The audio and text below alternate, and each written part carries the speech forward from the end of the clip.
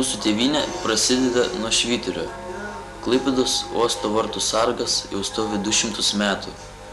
1796 metais prie Baltijos jūros kranto ant supustytos smėlio aukštumos buvo pradėtas statyti mūrinis švyturio bokštas. Jo aukštis siekė 34 pėdos. Tuo metu jo šviesa buvo matoma 1 mylios atstumu. Po 23 metų švyturys buvo rekonstruotas, patobulintas ir paaukštintas. Laivus plaukiančius Klaipėdos uosto link švyturio šviesa pasitikdavo jau iki uosto likus 16 mylių. Švyturio bokštą dengė varinė skarda, o virš jo kyšojo paauksuotas stiebas, žaibolaidis. Nuo 1874 metų švyturio bokštas pasipuošė raudonais ir baltais kvadratais.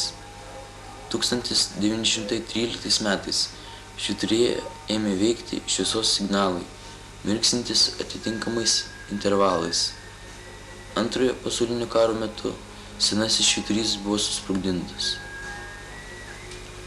1952 metais jo vietoje atstatytas dabartinis 37 metų aukščio. Jis buvo aukštesnis už savo pirmtaką.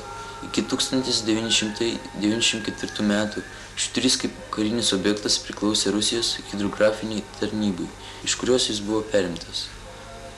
Švyturys buvo sutvarkytas ir suremontuotas.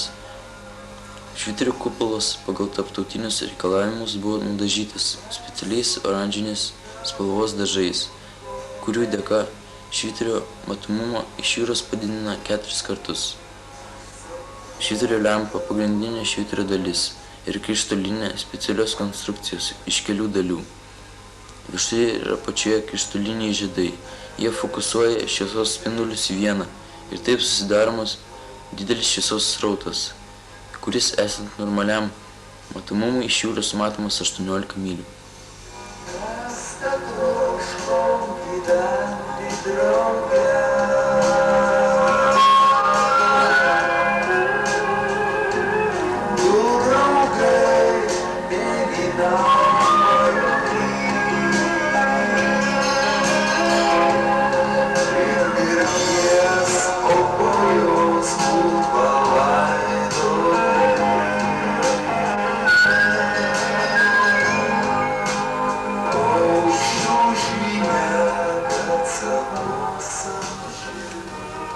Ne veltui jūreivis sako, artėjant prie jūros kranto mus pasitinka žuvėdros ir švyturio šviesa.